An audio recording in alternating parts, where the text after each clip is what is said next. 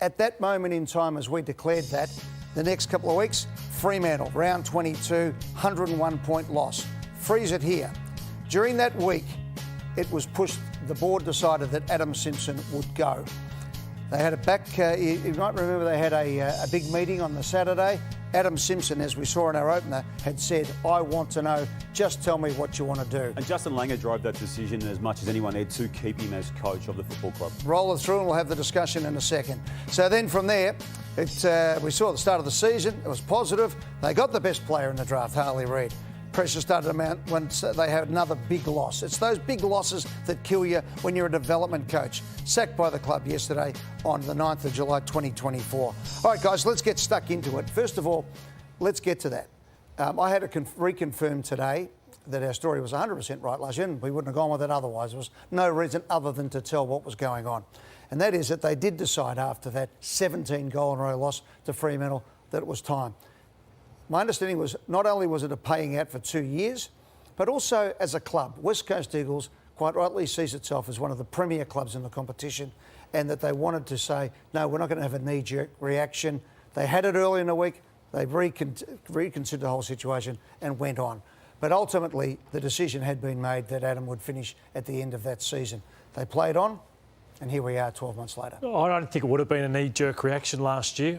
Have they wasted this year, the whole year? They'll win a couple of games, but have they just, pushed back probably the path forward by 12 months by keeping Adam Simpson? I just wanted to save some dollars, probably not paying out someone for 2 years, but could they have had a new coach in already? Yeah. New, fresh ideas, different game plan, playing other players. Or has he absorbed what was always inevitable for the new coach coming in? And whoever that's going to be, we'll touch on that in a moment, Bordo.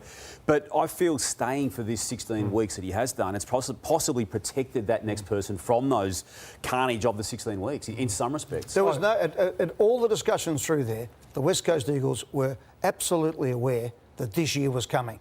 This was the year to go down so that they were they weren't going to go down, they weren't going to come up either, but they were going to plan to get their salary cap in order to go after free agency and have another go at picking up the early round picks. So there's no surprise in this. When you're this bad, you're going to get flogged occasionally. They tried both options. So when you reported that last year, you move the deck chairs in other positions and you see if you get a spike out of that, because we've seen clubs do that. They keep the senior coach, you surround them with different people. It didn't work, and so this was the last option for them. Did he have the players, though, at the end of last year? It seems not, doesn't it? So once that starts and you try and push on with it, once you've lost them, you've lost them. So we were making observations of that type as far back as early 2023, and it got brutal, didn't it? And even on the farewell or announcement of his departure, Adam Simpson couldn't help himself but targeting, I should say, a journalist, Mitchell Woodcock, who asked the question. And for those who haven't seen it, this is how that went down, and we'll take a look at the West Australians coverage as well. Probably your 300th article. Woodcock.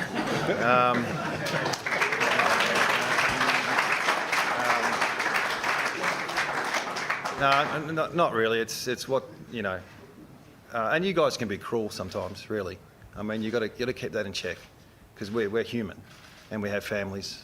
So you want more access to our players, treat them with a bit more respect would be a good start. And that's today's front page of the West Australian after that conversation yesterday at the media conference, CSIMO, with the losses smashed. It's pretty brutal, isn't it? It is brutal, yeah. And look, the paper itself will validate its coverage. So too will Mitchell Woodcock. That's the way this game works equally. You listen and you hear and you see the emotion attached to Adam Simpson. One of the addressing oldest, it, clearly having to deal with it. One of the oldest quotes in media is, never argue with someone who buys ink by the barrel. And it might have been, I think there was a fair bit of support in the room for giving Woodcock a bit of a clip on the way through, but there was never any doubt that that last say would be with the media. Let's go through that though. Adam Simpson has really looked under pressure for so long. Clearly his family have been smashed.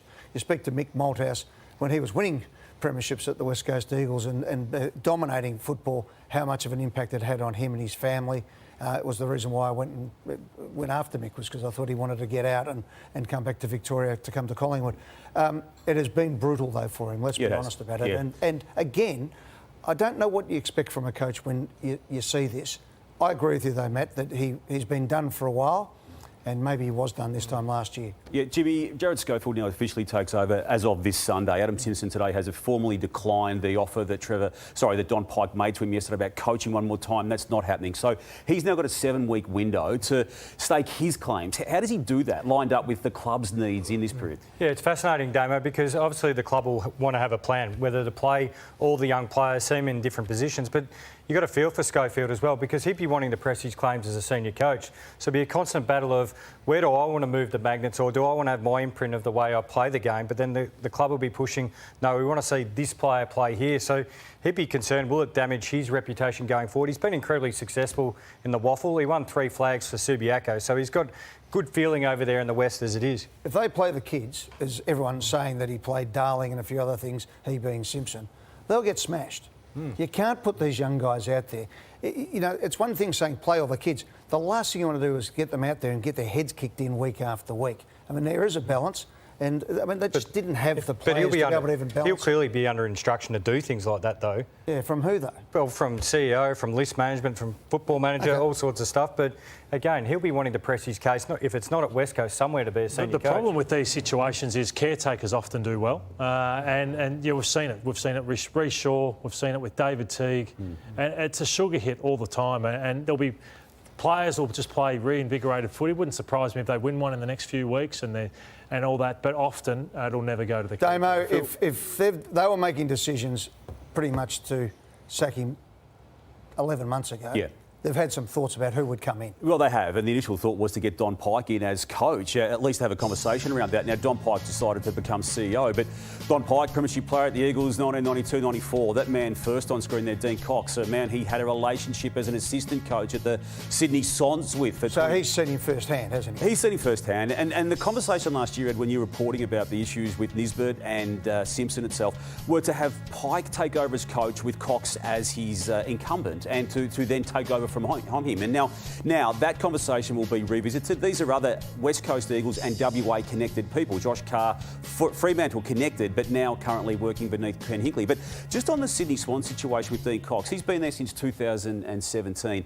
A very respected member. There is no succession plan in place for him to take over from John Longmire. Longmire contracted till the end of 2025. He may well take over, but there is nothing documented for that to be the case. The Swans do not want to lose him, but my reading of this is tonight, they will happily allow him to partake in the West Coast Eagles inquiries.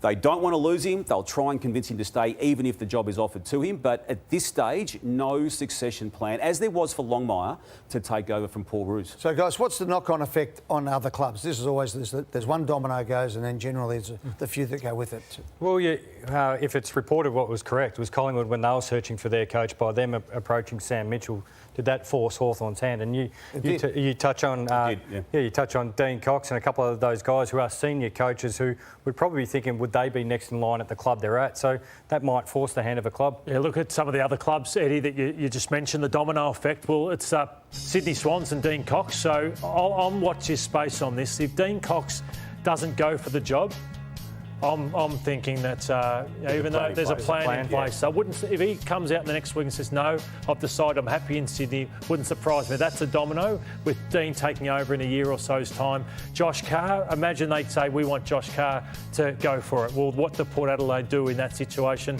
Pressure mounts. I think Matthew Nicks this time next year, huge pressure on Matthew with where he's at as a coach. Luke Beveridge, talk is if he doesn't play finals this year, he's not going to be the coach of the Western Bulldogs next year in Tasmania. So, but this opens a chance, though, for West Coast being first to water.